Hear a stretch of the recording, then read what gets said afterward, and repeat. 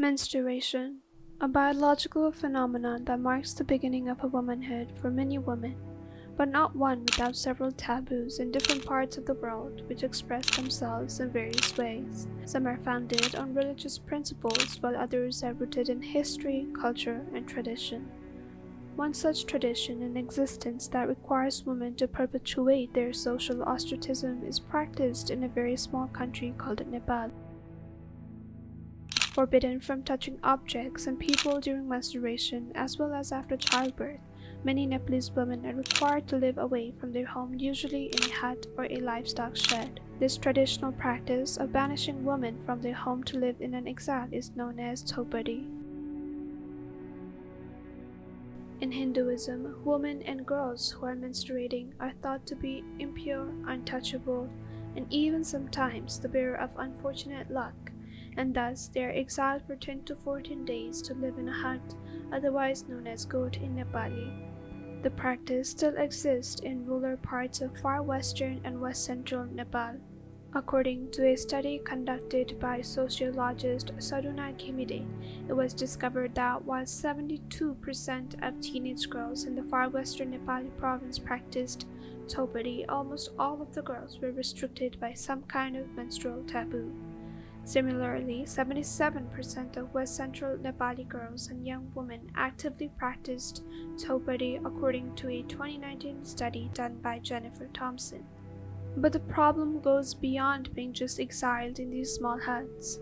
Several women's lives have been lost to death either by suffocation, smoke inhalation, cold temperatures, or even snake bites. These women have also been a victim of physical abuse and rape while living in these huts, but the cases often go unreported due to the taboos and stigma surrounding menstruation.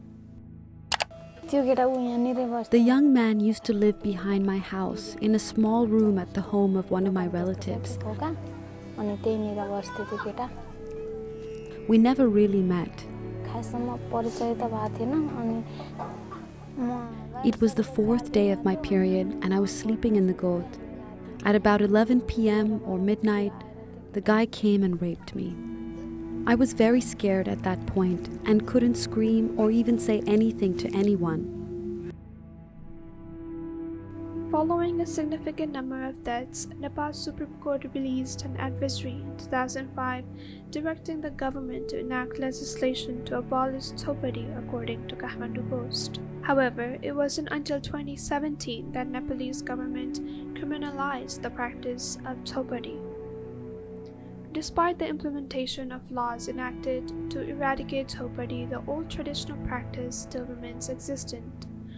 Pema Laki, one of the many menstrual activists, have been working largely on menstrual health, hygiene, and rights in Nepal for the past 3 decades. We cannot, as external forces, come into a village and say, what you're doing and what you've done for the past 200 years is wrong. And we think your rights are being infringed, and this is the way to go, and let's do this, and let's break the Chhaupadi huts. Who are we to say that? Who are we?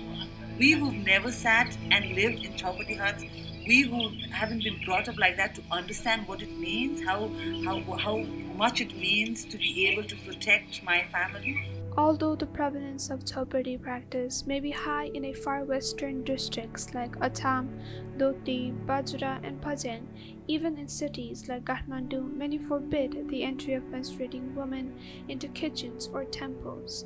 They are also forbidden from touching or dining with men, including their husbands and children. Radha Baudo, also one of the many menstrual rights activists, said in an article that many women continue to follow these restrictions during menstruation due to the lack of education and fear. Several private and non-governmental organizations have taken the initiative to uproot this deadly practice.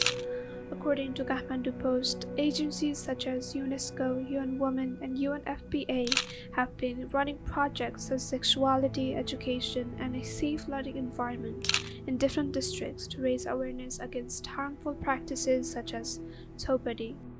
Nonetheless, eradicating such a profoundly ingrained cultural ideology necessitates a shift in people's mentality and understanding that just because it is part of an old culture and tradition doesn't mean it's always the right thing to do.